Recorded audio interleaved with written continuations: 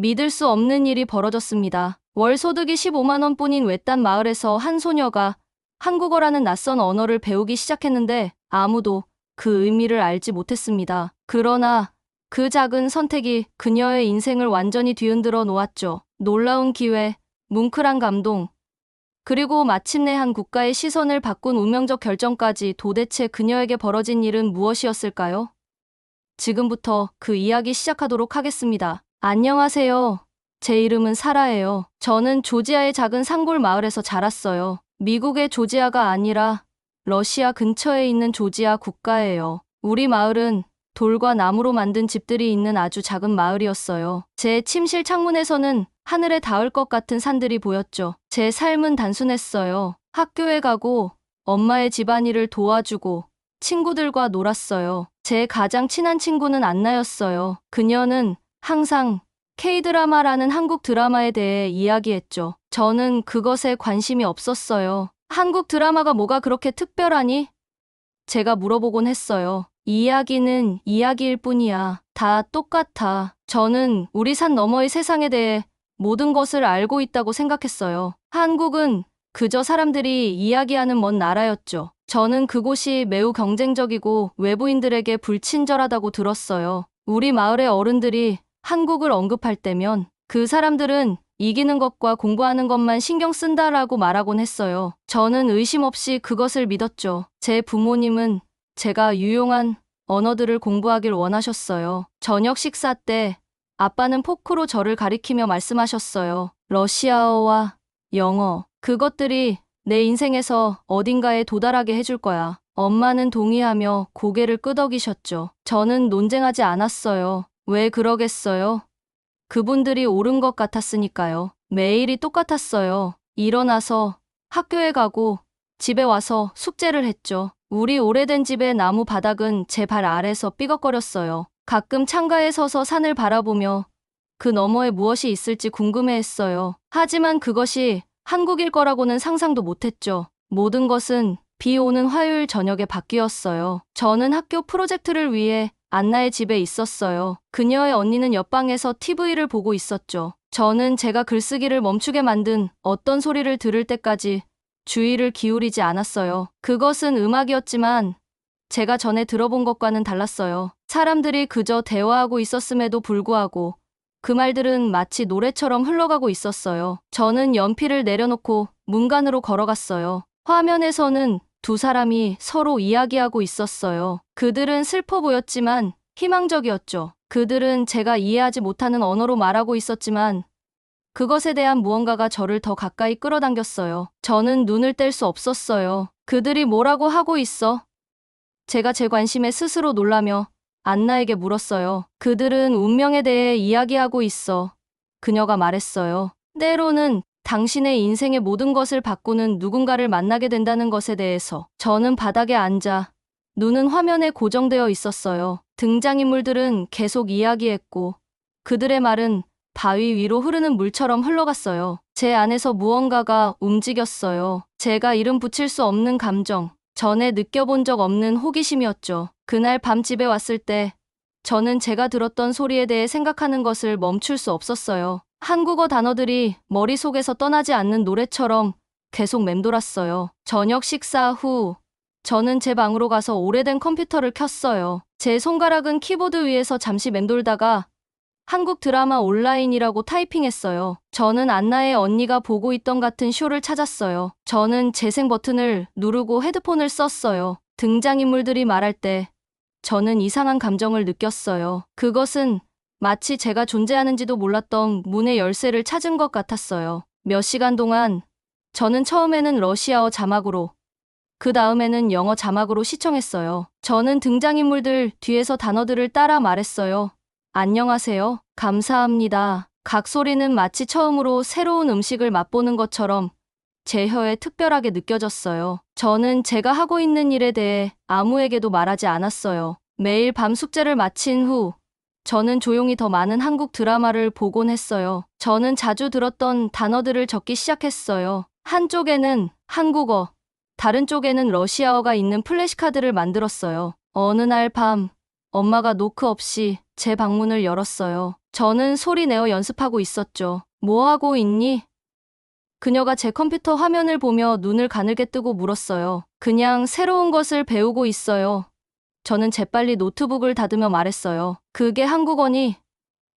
그게 대체 너에게 어떤 도움이 되겠니? 그녀는 고개를 절레절레 흔들며 제 방을 나갔어요. 그녀의 반대는 공기 중에 맴돌았지만 그것이 저를 멈추게 하지는 않았어요. 사실 그것은 제가 더 많이 배우고 싶게 만들었어요. 이것은 제 비밀이자 제 발견이자 우리 마을의 다른 누구도 이해하지 못하는 제 자신만의 세계였어요. 매일 밤 저는 제 비밀 공부로 돌아갔어요. 저는 제 방의 어둠 속에서 한국어 단어들을 속삭였어요. 각 단어는 제가 아직 무엇인지 모르는 중요한 것을 향한 한 걸음처럼 느껴졌어요. 제가 알고 있는 것은 그 언어가 저를 부르고 있다는 것뿐이었고 저는 더 이상 그것을 무시할 수 없었어요. 제가 18살이 되었던 그 해는 모든 것이 바뀌었어요. 저는 몇 달 동안 비밀리에 한국어를 배우고 있었죠. 단어장은 매트리스 밑에 숨기고 밤늦게는 이어폰을 끼고 한국 드라마를 봤어요. 부모님은 제가 왜 이 쓸모없는 언어에 관심을 갖는지 이해하지 못하셨지만 저는 멈출 수 없었어요. 그 끌림이 너무 강했거든요. 대학을 선택할 때가 되자 저는 조지아의 수도인 트빌리시로 가고 싶었어요. 그곳에 한국어 프로그램이 있어서가 아니었죠. 사실 없었어요. 하지만 그곳이 제 꿈에 한 걸음 더 가까워지는 곳이었으니까요. 트빌리시는 더 크고 기회도 많았어요. 아마 그곳에서는 저와 같은 관심사를 가진 사람들을 찾을 수 있을 거라고 생각했어요. 우리 산골 마을을 떠나는 건 힘들었어요. 제가 떠나는 아침에는 안개가 산을 부드러운 이불처럼 덮고 있었죠. 어머니는 제 여행을 위해 너무 많은 음식을 싸주셨고 아버지는 우리 낡은 차 옆에 어색하게 서서 무슨 말을 해야 할지 모르셨어요. 그들은 제가 혼자 큰 도시로 가는 것을 걱정하셨죠. 진짜 공부에 집중하는 것 잊지 마라. 아버지가 제 캐리어를 차에 싣으며 말씀하셨어요. 동양학과는 좋지만 다른데 정신 팔리지 말고. 저는 고개를 끄덕였지만 제 주머니에는 온라인에서 찾은 한국어 학원 목록이 있었어요. 저는 이미 계획을 세워두었던 거죠. 처음에 트빌리시는 압도적이었어요. 정말 많은 사람들, 정말 많은 높은 건물들, 자동차 경적 소리, 큰 소리로 이야기하는 사람들, 사방의 불빛들. 제 작은 기숙사 방은 엘리베이터가 없는 오래된 건물의 5층에 있었어요. 창문 밖으로는 벽돌벽이 보였고 얇은 벽을 통해 이웃의 소리가 들렸어요. 하지만 그곳은 제 것이었죠. 제가 저답게 있을 수 있는 공간이었어요. 2주 동안 저는 수업 사이사이에 도시를 탐험하며 한국어 학원을 찾아다녔어요. 여러 번 길을 잃기도 했죠. 도시의 거리들은 제가 예측할 수 없는 방식으로 구불구불 뻗어 있었어요. 주소를 적어서 낯선 사람들에게 보여주면 그들은 서로 다른 방향을 가리켰어요. 때로는 몇 시간을 걸었는데 학원이 문을 닫았거나 실제로 한국어를 가르치지 않는 곳이었던 적도 있었어요. 그러다가 어느 날 저는 찾았어요. 좁은 거리에 있는 작은 간판, 아시아 언어 센터. 제 심장이 2층으로 올라가는 계단을 오를 때 더 빠르게 뛰었어요. 안에는 작은 사무실에 한 여성이 책상에 앉아 있었죠. 벽에는 다양한 아시아 국가의 지도가 걸려 있었어요. 그리고 거기에는 한국 국기가 있었어요. 여기서 한국어를 가르치나요?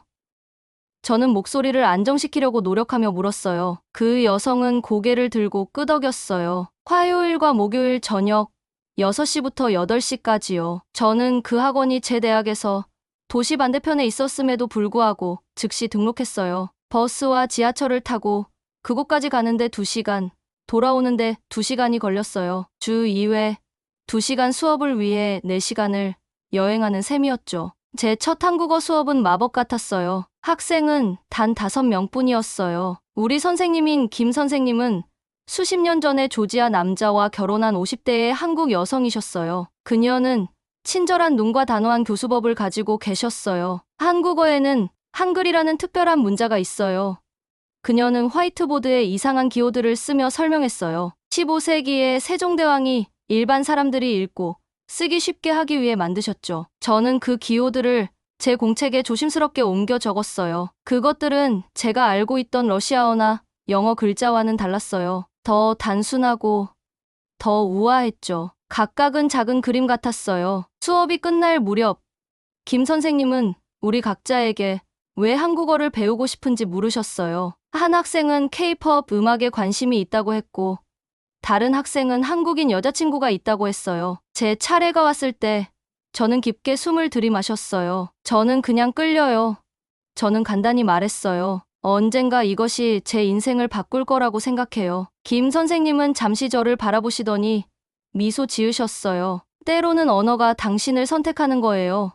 그 반대가 아니라. 그날 밤 기숙사로 돌아오는 긴 여정 동안 그녀의 말이 제 마음에 남았어요. 버스는 붐볐고 저는 머리 위에 금속 봉을 잡고 서 있어야 했어요. 창문 밖으로 도시의 불빛이 번쩍이는 동안 저는 새로운 목적의식을 느꼈어요. 이후 몇 달은 힘들지만 멋진 패턴으로 이어졌어요. 낮에는 대학 수업, 일주일에 2번 한국어 수업, 그리고 그 사이에 끼워 넣은 양쪽 과제들. 저는 종종 버스에서 공부했죠.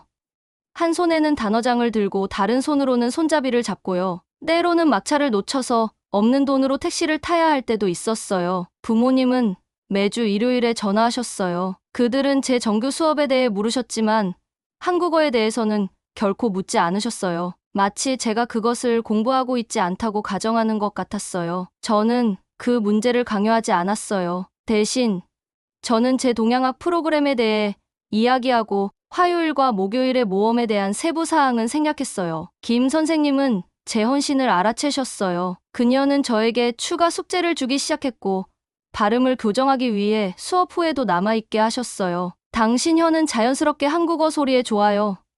어느 날 저녁, 우리가 연습을 하는 동안 그녀가 말했어요. 많은 외국인들이 특정 소리에 어려움을 겪지만 당신은 재능이 있어요. 어느 날, 그녀는 추석이라는 한국 명절을 위해 저를 그녀의 집으로 초대했어요. 그녀의 아파트는 놀라운 향기로 가득했어요. 그녀는 저에게 송편이라는 떡을 만드는 법을 가르쳐 주셨어요. 반달 모양으로 반죽을 누르고 달콤한 깨를 채워 넣는 방법을요. 당신은 다른 학생들과 달라요.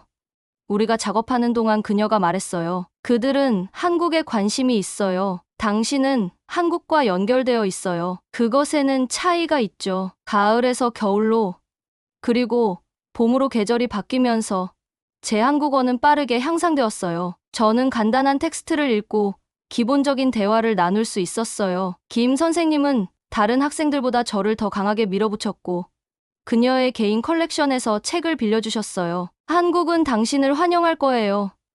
우리가 수업 후 따뜻한 생강차를 나누던 어느 추운 저녁에 그녀가 말했어요. 당신이 충분히 용감하다면 말이에요. 저는 어려운 날들 동안 그 말들을 마음에 담아두었어요. 막차를 놓쳐 비를 맞으며 걸어야 했을 때, 대학 교수님들이 제 관심이 분산되었다고 불평했을 때, 부모님이 전화해서 제가 시간을 낭비하고 있다고 상기시켰을 때요. 김 선생님은 저에게 단지 언어만 가르치신 게 아니었어요. 그녀는 저에게 다른 사람들이 그것이 이끄는 곳을 볼 수 없을 때조차도 제 자신의 길을 믿도록 가르치고 계셨어요. 대학교 2학년 때 저는 학생 카페테리아에서 신문을 대충 넘겨보고 있었어요. 실제로 읽는 건 아니고 점심을 먹으면서 그냥 사진들을 보고 있었죠. 그런데 갑자기 눈에 띄는 게 있었어요. 페이지 구석에 여행사에서 한국어 가능자 구함이라는 작은 광고가 있었거든요. 제 심장이 마치 토끼처럼 뛰었어요. 한국어를 사용하는 진짜 일자리.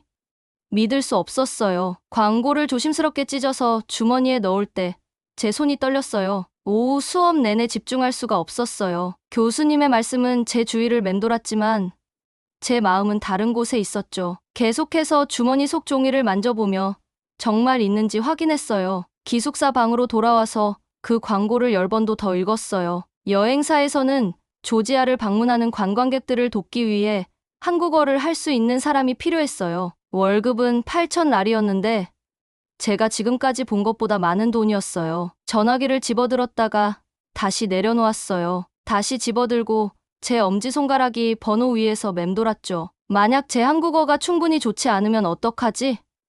저는 혼잣말로 속삭였어요. 그들이 저를 비웃으면 어떡하지? 제 책상 위에 꽂아둔 김 선생님이 주신 작은 태극기를 바라보았어요. 깊은 숨을 들이쉬고 번호를 눌렀어요. 퉁명스러운 남자 목소리가 전화를 받았어요. 저는 일자리에 대해 물으며 자신감 있게 들리려고 노력했어요. 한국어 할 줄 알아요? 그가 의심스러운 목소리로 물었어요.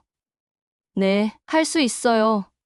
저는 간신히 안정된 목소리로 대답했어요. 그는 다음 날 오전 10시에 면접을 보러 오라고 했어요. 그날 밤에는 거의 잠을 이룰 수 없었어요. 기본적인 한국어 문구들을 계속해서 연습했어요. 베개에 속삭이면서요. 그들은 뭘 물어볼까요? 제가 이해할 수 있을까요?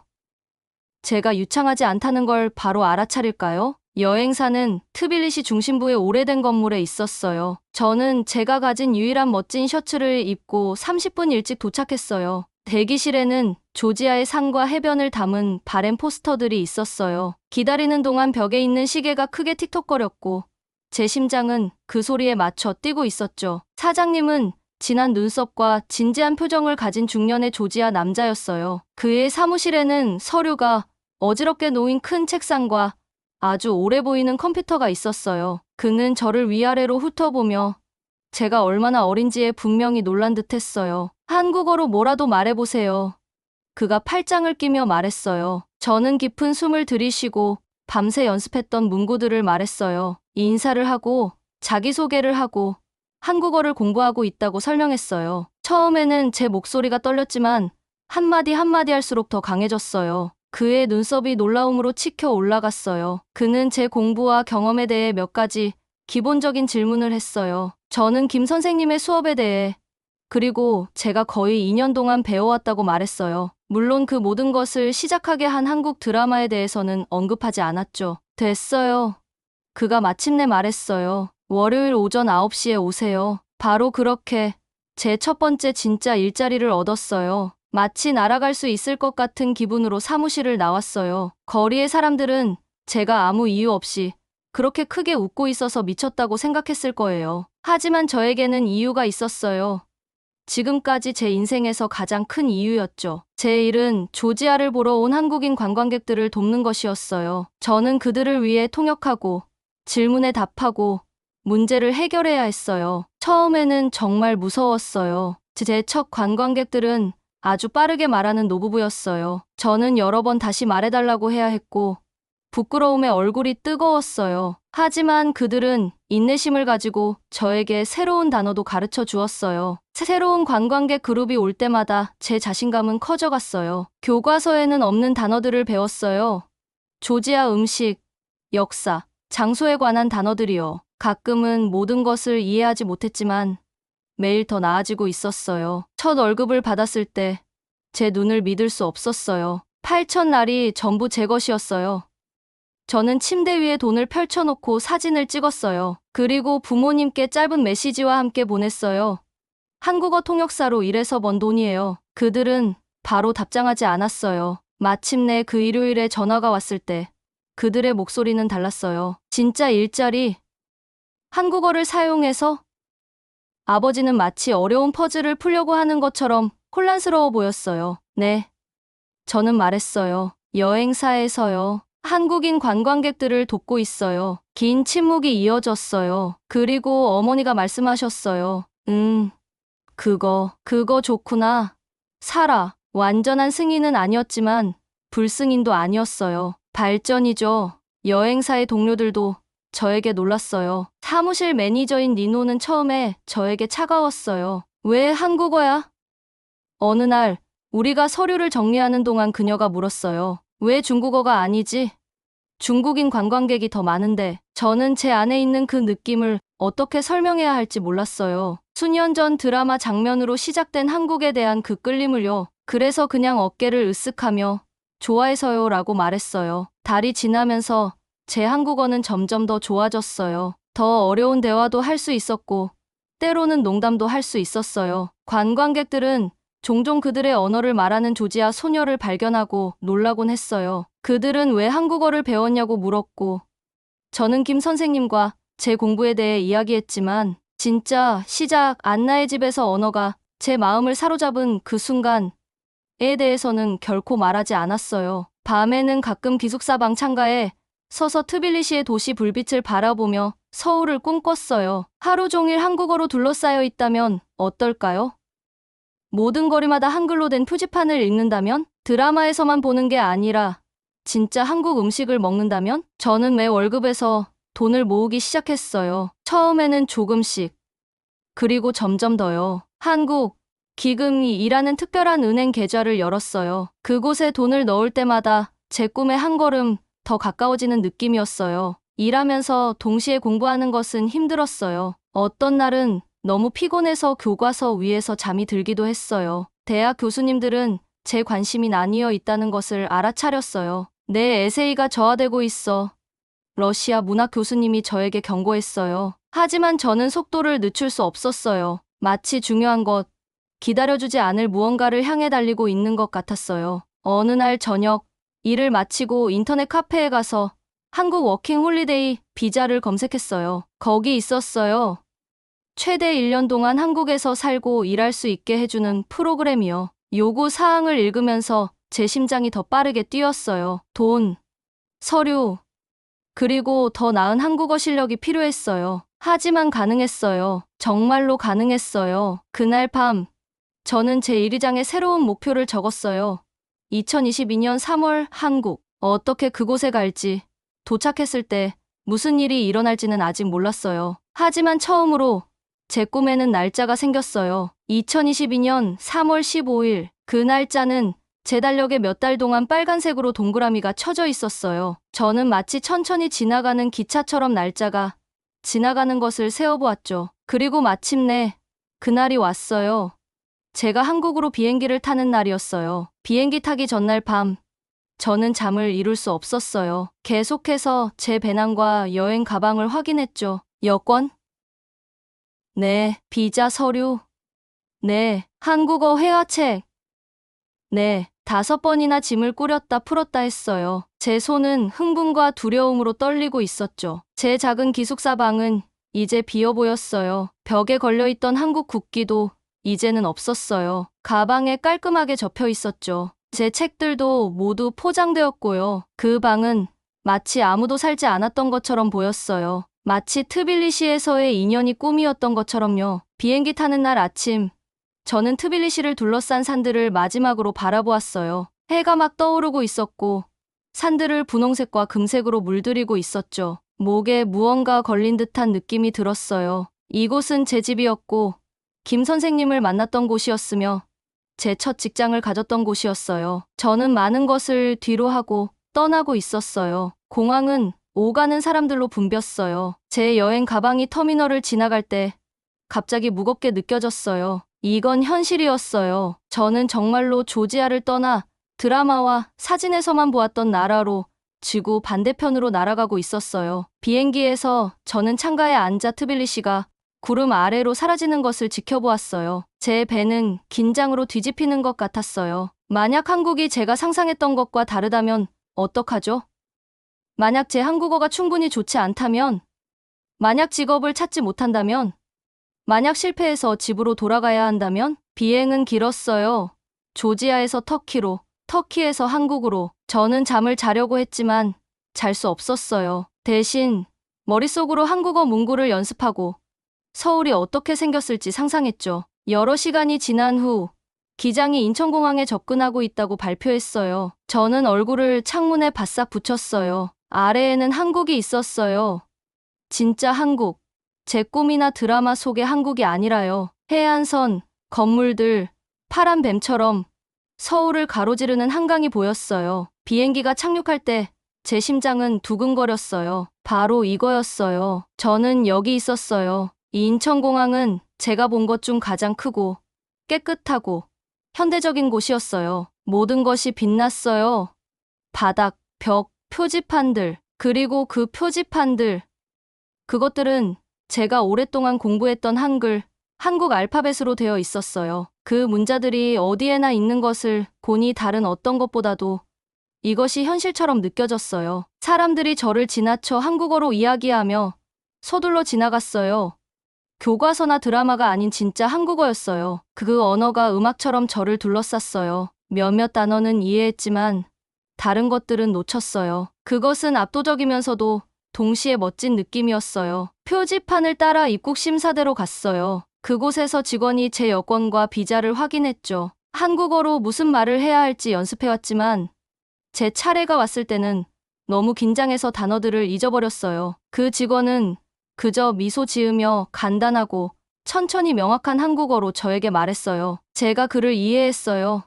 질문에 대답했고, 그는 제 여권에 도장을 찍었어요. 저는 공식적으로 한국에 있었어요. 가방을 찾은 후 공항철도로 향했어요. 여기서 제 첫 번째 놀라움이 있었죠. 모든 것이 너무 조직적이었어요. 표지판은 정확히 어디로 가야 할지 알려주었어요. 화면은 기차가 정확히 언제 도착할지 보여주었죠. 조지아에서는 모든 것이 더 느긋하고 혼란스러웠는데 여기서는 모든 것이 완벽한 시계처럼 돌아갔어요. 서울로 가는 기차는 깨끗하고 조용했어요. 시골을 지나갈 때 저는 창밖을 응시하며 모든 것을 받아들이려고 했어요. 건물들은 트빌리시보다 더 높았어요. 도로는 더 넓었고요. 모든 것이 더 새롭고 반짝거렸어요. 하지만 가장 큰 놀라움은 서울에 도착해서 역을 나왔을 때 왔어요. 도시는 제가 경험해보지 못한 방식으로 살아 있었어요. 모든 건물에서 불빛이 반짝였고 상점에서는 음악이 흘러나왔어요. 맛있는 냄새가 모든 모퉁이의 식당에서 풍겨나왔죠. 사람들은 빠르게 걸었고 누구나 중요한 곳에 가야 할 것처럼 보였어요. 그런데도 제가 한때 생각했던 것처럼 차갑거나 불친절하지 않았어요. 제가 지도를 확인하며 길을 잃은 것처럼 보였을 때 한 나이 든 여성분이 다가와서 도움이 필요한지 물어보셨어요. 한국어로요. 제가 그녀의 언어로 대답했을 때 그녀의 얼굴에 미소가 환하게 피어났어요. 한국어 잘하시네요. 라고 그녀가 제 팔을 토닥이며 말했어요. 어디서 오셨어요? 조지아요. 제가 대답했어요. 미국이 아니라 조지아 나라요. 그녀는 이해한 듯 고개를 끄덕였지만 그녀가 조지아가 어디 있는지 알고 있는지는 확실하지 않았어요. 그녀는 제 게스트하우스 방향을 가리키며 행운을 빌어주었어요. 서울에서의 첫날 밤, 저는 작은 게스트하우스 방의 작은 침대에 앉아 마치 꿈을 꾸는 것 같은 기분이 들었어요. 그 방은 제 여행 가방보다 겨우 조금 큰 정도였고 침대와 작은 책상을 놓을 공간만 있었어요. 밖에서는 도시가 윙윙거리며 빛나고 있었어요. 사람들이 이야기하고 차가 지나가고 제가 아직 이해하는 법을 배우고 있는 언어로 삶이 펼쳐지는 소리가 들렸어요. 창문을 열고 불빛의 바다를 바라보았어요. 서울은 제가 볼 수 있는 한 멀리 뻗어 있었고 창문과 가로등의 은하수였어요. 공기는 여기서 다르게 냄새났어요. 음식, 배기가스, 그리고 제가 이름 붙일 수 없는 무언가가 섞인 냄새였죠. 해냈어요. 저는 스스로에게 속삭였어요. 정말로 여기 있어요. 하지만 여기 있는 것과 여기서 사는 것은 두 가지 다른 일이었어요. 다음 날 아침, 현실이 차가운 물처럼 저를 덮쳤어요. 직업을 찾아야 했어요. 진짜로 살 곳을 찾아야 했고요. 지하철 사용법, 음식 주문법, 새로운 나라에서의 모든 것을 배워야 했어요. 첫 주가 가장 힘들었어요. 모든 것이 도전이었어요. 복잡한 쓰레기 분리 시스템 사용하기, 어떻게 요금을 지불하는지 알아내기, 심지어 가게에서 올바른 종류의 샴푸를 찾는 것까지요. 때로는 마치 어린아이처럼 가장 간단한 것들을 다시 배워야 했어요. 하지만 멋진 놀라움도 있었어요. 24시간 열려있는 편의점, 아파트의 바닥 난방, 항상 깨끗한 공중 화장실, 항상 정시에 운행하는 지하철이 그랬죠. 그리고 가장 놀라운 것은 사람들이 제가 들었던 것처럼 차갑지 않았다는 거예요. 네, 모두가 바빴지만 그들은 또한 도움이 되었어요. 제가 지하철에서 길을 잃었을 때 한 고등학생이 길을 찾도록 도와주었어요. 세탁기 사용법을 알아내지 못했을 때는 이웃이 어떤 버튼을 눌러야 하는지 보여주었고요. 2주간의 검색 끝에 저는 작은 번역 회사에서 일자리를 찾았어요. 그들은 한국어, 러시아어, 영어 사이에서 번역할 수 있는 사람이 필요했죠. 급여는 제가 희망했던 것만큼 좋지 않았지만 시작이었어요. 저는 또한 작은 원룸 아파트를 찾았어요. 한국인들이 원룸이라고 부르는 것이었죠. 작았지만 그곳은 제 것이었어요. 트빌리시의 기숙사처럼 벽에 한국 국기를 걸었어요. 하지만 이제 저는 실제로 한국에 있었어요. 매일 저는 오랫동안 꿈꿔왔던 나라에서 일어났어요. 가장 이상한 것은 이제 한국 드라마를 보는 것이었어요. 그들이 보여주는 장소들은 더 이상 상상 속의 장소가 아니었어요. 그것들은 제가 방문할 수 있는 실제 장소였어요. 그들이 먹는 음식은 더 이상 신비롭지 않았어요. 저는 모퉁이 가게에서 그것을 살 수 있었어요. 그 언어는 더 이상 외국어가 아니었어요. 그것은 제가 매일 거리에서 듣는 것이었어요. 어느 날 저녁, 긴 하루 일과 후, 저는 한강가의 벤치에 앉았어요. 해가 지고 있었고, 물을 황금빛으로 물들이고 있었어요. 가족들은 잔디밭에서 소풍을 즐기고 있었어요. 커플들은 산책로를 따라 손을 잡고 걷고 있었고요. 근처에서는 친구들의 그룹이 음악을 연주하고 있었어요. 따뜻한 봄 공기를 깊이 들이마시며 중요한 것을 깨달았어요. 한국은 완벽하지 않았어요. 조지아처럼 문제가 있었어요. 드라마처럼 정확히 같지는 않았어요. 그것은 좋은 부분과 나쁜 부분이 있는 현실이었어요. 하지만 그곳은 제가 있고 싶은 곳이었어요. 수년 전 안나의 집에서 첫 드라마를 보았을 때 느꼈던 그 끌림이 저를 여기로 이끌었어요. 그리고 이제 저는 여기서 단지 꿈이 아닌 삶을 만들어야 했어요. 한국에서 6개월 동안 살고 나니 저는 그 어느 때보다 가족이 많이 그리웠어요. 제 작은 아파트는 텅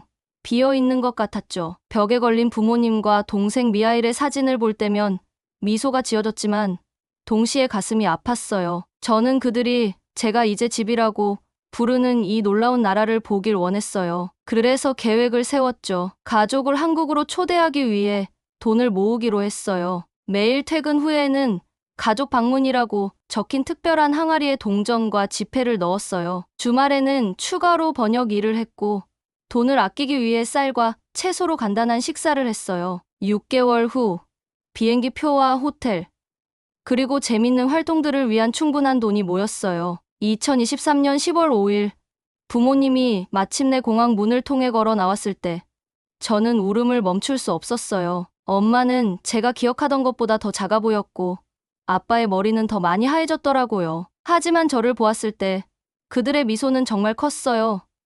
엄마는 달려와서 저를 안았고 평소에 감정을 잘 표현하지 않는 아빠도 눈물을 글썽이셨어요. 2주 동안 저는 제가 한국에서 사랑하는 모든 것들을 그들에게 보여주었어요. 강남의 높은 유리 건물들도 방문했고 아름다운 곡선 지붕을 가진 오래된 궁전들도 돌아다녔어요. 우리는 테이블에서 직접 고기를 구워 먹는 식당에서 식사를 했고 서울 어디든 갈 수 있는 깨끗하고 빠른 지하철도 탔죠. 엄마는 특히 병원을 가장 좋아하셨어요. 저는 핸드폰으로만 엄마의 검진 예약을 잡았거든요. 집에서는 하루 종일 기다렸을 텐데 엄마는 눈을 크게 뜨고 말씀하셨어요. 아빠는 얼마나 안전하게 느껴지는지에 놀라셨어요. 우리는 밤에도 밝은 도시 거리를 걸었지만 아무도 위험에 대해 걱정하지 않았으니까요. 매일 저는 부모님이 변하는 모습을 지켜봤어요. 그들 눈 속의 의심은 경이로움으로 바뀌었고 질문들은 흥분으로 바뀌었죠. 그들도 저처럼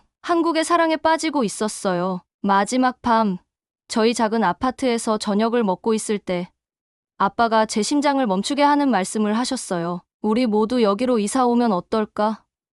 너와 나, 엄마, 그리고 미하일도. 저는 제 귀를 믿을 수 없었어요. 이건 제 비밀스러운 꿈이었는데 그들이 먼저 제안할 거라고는 생각도 못했죠. 우리는 슬픈 작별 인사 대신 계획을 세우며 마지막 날을 보냈어요. 저는 더 큰 아파트를 찾아보기로 했고 그들은 비자 신청을 시작하기로 했죠. 미하일은 일자리를 알아보기로 했어요. 하지만 3주 후 나쁜 소식이 왔어요. 엄마는 심장 문제가 있어서 의사는 장거리 비행이 위험하다고 말했죠. 아빠의 서류에 실수가 있어서 미하일의 취업 신청은 거절되었어요. 우리의 꿈은 깨진 것처럼 보였어요. 그날 밤 저는 혼자 아파트에서 울었어요. 포기하고 조지아로 돌아가야 할까요?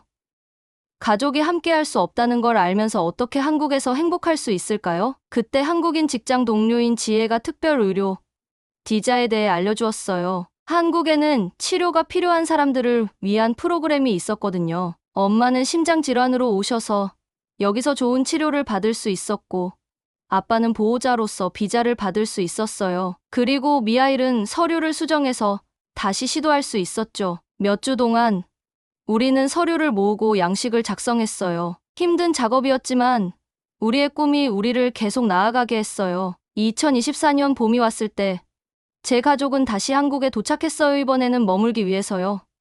우리는 서울 외곽의 파주에 작은 집을 임대했어요. 3개의 침실과 작은 정원, 그리고 우리 모두를 위한 공간이 있었죠. 이사 날은 어수선했지만 멋졌어요. 여행 가방과 상자들이 여기저기 있었고 아빠는 부엌이 너무 작다고 불평했어요. 엄마는 바닥 난방을 어떻게 켜는지 알아내지 못했고, 미하일은 계속 인터넷 속도에 대해 물었죠. 하지만 우리는 함께 있었고, 그것이 완벽하게 만들었어요. 처음 몇 달은 힘들었어요. 우리는 모든 것을 배워야 했죠. 쓰레기를 7가지 다른 통에 분류하는 법, 편의점에서 청구서를 지불하는 법, 어디로 가는 버스를 타야 하는지. 어떤 날은 모두가 향수병에 시달리고 좌절감을 느꼈어요. 하지만 천천히 우리 각자는 자신의 자리를 찾았어요. 엄마는 커뮤니티 센터에서 언어 수업에 참여했어요. 곧 그녀는 다른 외국인 여성들에게 조지아식 치즈빵 만드는 법을 가르치는 동안 그들은 그녀에게 김치 담그는 법을 가르쳐 주었죠. 아빠는 나이 든 남자들이 바둑이라는 체스와 비슷한 게임을 하는 공원을 찾았어요. 그는 한국어를 많이 하지 않았지만 게임을 잘했어요. 그 남자들은 아빠의 이름 대신 조지아라고 불렀고 매일 아침 차와 함께 그를 환영했어요. 미하일은 배송회사에서 일자리를 얻었어요. 그의 한 달 급여는 고향에서 1년 동안 벌 수 있는 것과 같았죠. 주말에는 카메라로 서울 사진을 찍었어요. 그리고 저는 회사에서 팀장으로 승진해서 모든 러시아어와 조지아어 번역을 담당하게 되었어요. 2년 전 인천공항에 도착한 무서워하던 소녀는 이제 책임과 존경을 받는 전문가가 되었죠. 우리 집은 조지아 음식과 한국 음식 냄새가 함께 났어요. 엄마는 하차프리 빵을 만들고 저는 김치찌개를 끓였어요. 아빠는 조지아 와인과 한국 반찬을 식탁에 가져왔고 미하일은 우리에게 새 나라의 사진들을 보여주었어요. 이제 2025년이 되었고 우리는 영주권자가 되는 것에 대해 이야기하고 있어요. 오늘 아침 우리는 작은 정원에 앉아 커피를 마셨어요. 내가 한국에서 살게 될 줄은 꿈에도 몰랐어. 아빠는 멀리 산을 바라보며 말씀하셨어요. 하지만 이제는 돌아가는 것을 상상할 수 없네. 엄마는 미소 지었어요. 사라에게 한국어 배우지 말라고 쓸모없다고 말했던 거 기억나? 아빠의 얼굴이 빨개졌지만 웃으셨어요. 글쎄, 그녀가 내가 틀렸다는 걸 증명했지. 저는 제 가족을 바라봤어요. 한때는 그저 꿈이었던 이 나라에서 행복하고 건강하게 지내는 모습을, 그리고 몇 년 전 안나의 집에서 본 첫 번째 한국 드라마에 대해 생각했어요. 그 호기심 어린 순간이 저희 삶뿐만 아니라 제가 사랑하는 모든 사람들의 삶을 바꿀 줄 누가 알았을까요? 한국이 차갑고 친절하지 않다는 우리의 오래된 생각들은 사라졌어요. 대신 우리는 성장할 기회로 가득 찬 따뜻한 곳을 발견했죠. 한때 이상하게 여겨졌던 언어는 이제 우리의 일상생활의 일부가 되었어요. 한 언어, 한 드라마 장면, 한 순간의 호기심.